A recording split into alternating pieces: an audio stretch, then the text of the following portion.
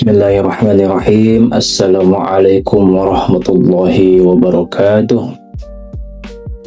Setelah membangun pondasi di bab pertama dan kedua, kini di bab ketiga kita masuk ke tahap yang sangat menentukan. Aksi nyata kita sebagai penuntut ilmu. Bab ini memberikan panduan praktis yang akan membentuk jalan kita, yaitu seni memilih ilmu yang akan dikuasai, lalu memilih guru yang akan diikuti, dan memilih sahabat yang akan menemani. Ini bukan lagi soal teori, tapi tentang kemana hidup dan hati kita akan dibawa oleh pilihan-pilihan kita hari ini. Pilihan pertama adalah ilmu apa? Kitab ini memberi prinsip yang jernih. Pilihlah disiplin ilmu yang paling bermanfaat untukmu, untuk urusan agamamu, baik sekarang maupun nanti. Lalu mana yang paling utama? Yaitu ilmu tauhid. Tujuannya agar kita mengenal Allah dengan dalil dan keyakinan, bukan hanya mengikuti tanpa tahu dasarnya. Ilmu yang taklid itu sah, tapi seperti rumah di atas pasir. Ada nasihat bijak dari para ulama. Berpeganglah pada ilmu yang klasik dan mapan. Berhati-hatilah dengan hal-hal baru. Maksudnya, kuasai dulu ilmu-ilmu pokok yang telah teruji berabad-abad. Barulah kemudian kita melangkah. Jangan terburu-buru masuk ke dalam perdebatan mutakhir. Ya. Jangan terburu-buru masuk ke dalam perdebatan mutakhir yang bisa membuat kita lupa pada tujuan utama mencari ilmu. Kenapa? Karena tujuan utama mencari ilmu kita adalah untuk dekat kepada Allah. Kedua, dan ini sangat krusial, yaitu memilih guru. Kriterianya bukan yang paling populer, tapi yang paling alim, yang paling berilmu, paling warok. Ya. Warok itu hati-hati dalam halal haram, dan paling matang akhlak serta pengalamannya. Lihatlah teladan Imam Abu Hanifah. Beliau tidak langsung berguru. Ia mengamati Ahmad bin Sulaiman, yaitu gurunya, itu cukup lama. Ketika ia yakin dengan kealiman dan kewaroannya, baru kemudian ia belajar. Kata Abu Hanifah, aku tumbuh dalam rasa aman di bawah asuhannya. Kitab ini bahkan memberi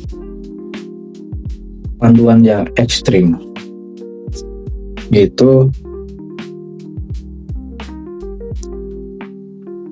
jangan terburu-buru memutuskan. Bersabarlah,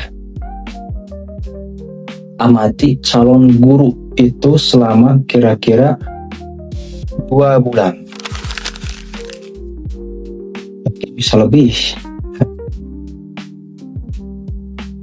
Jangan nilai dari satu ceramah yang memukau, tapi lihatlah akhlaknya dalam kesehariannya. Lalu konsistensinya, cara ia menghadapi masalah, dan bagaimana ia memperlakukan orang lain. Mengapa?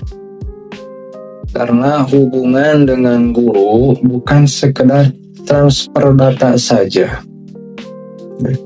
Bukan hanya sebuah transfer ilmu saja. Ini adalah penyerahan untuk dibentuk. Mengarahkan diri kita untuk dibentuk. Kita menitipkan hati dan pikiran kita. Maka kehati-hatian, yaitu waro, dalam memilih adalah kewajiban.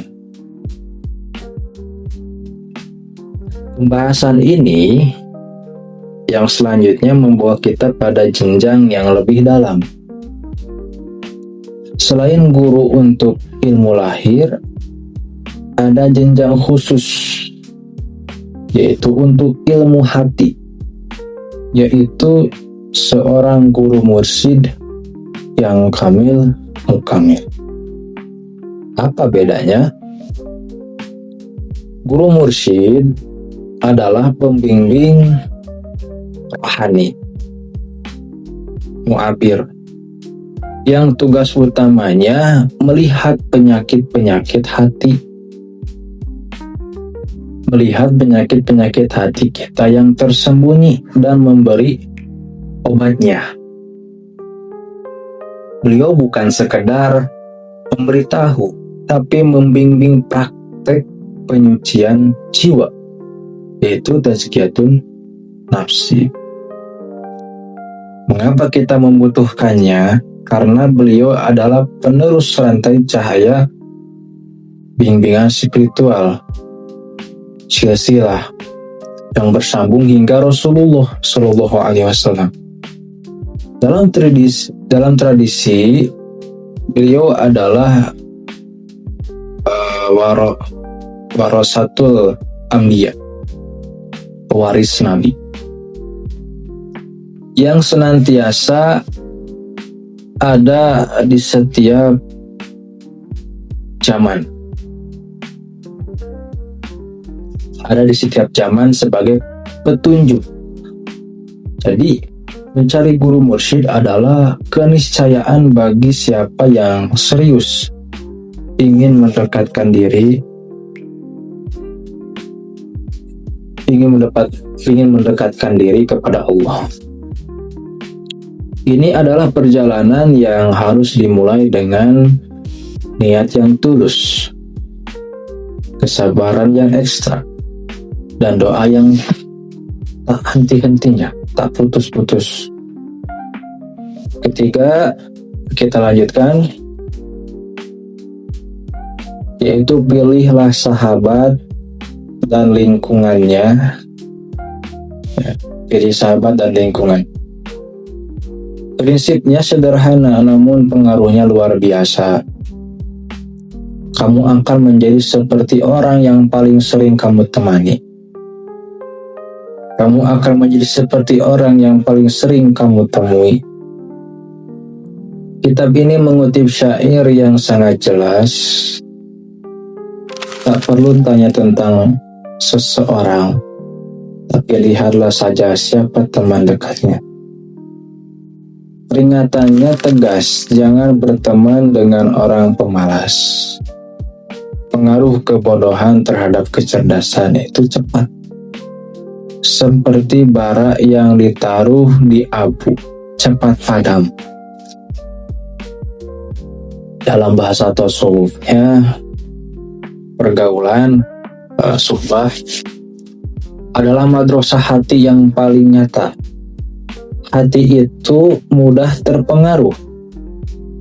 Berteman dengan orang yang rajin dan waro, semangatnya akan menular.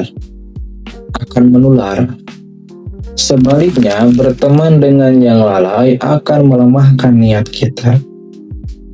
Memilih sahabat pada hakikatnya adalah memilih arah angin bagi perahu hidup kita.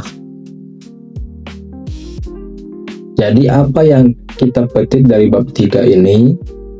Intinya pertama, pilih ilmu yang mengokohkan tauhidmu. Kedua, pilih guru lahir dengan mata yang kritis. Dan ketahuilah bahwa perjalanan batin memerlukan guru mursyid. Ketiga, pilih sahabat yang menjadi penolong, bukan penghalang. Bukan menjadi seorang penghalang di jalan menuju Allah. Sekarang, pesan yang paling praktis, terutama jika ada yang mengarahkanmu kepada seorang calon guru. Jangan tergesa-gesa mengambil kesimpulan. Ingatlah pedoman dari kitab ini,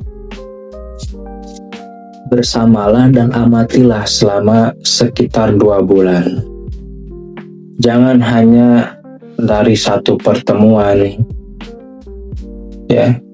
Jangan hanya melihat dari sekarang itu media sosialnya saja. Jangan hanya melihat sebuah kesalahan yang beredar di media sosial saja, yang katanya, tapi telaahlah segala sesuatunya dalam kesehariannya, dalam kurun waktu selama 2 bulan itu. Mungkin bisa lebih dari itu. Ya. Amati bagaimana ia hidup sehari-hari, bagaimana ia mengamalkan amalan di setiap harinya, cara ia bersikap, bagaimana ilmunya mempengaruhi akhlaknya. Lalu cocokkan apa yang ia sampaikan dengan Al-Quran dan Sunnah. Lihatlah, apakah ia membuatmu semakin takut dan cinta kepada Allah, atau justru membuatmu menjadi seorang fanatik yang buta dan terpukau pada pribadinya. Nah, setelah 2 bulan pengamatan yang sungguh-sungguh dan disertai doa, barulah hati kita mungkin lebih jernih untuk bertanya, apakah ini seorang pengajar yang baik, atau inilah pembimbing rohani yang sedang kita cari, yang sedang aku cari. Proses ini adalah bentuk kehati-hatian spiritual, yaitu waro.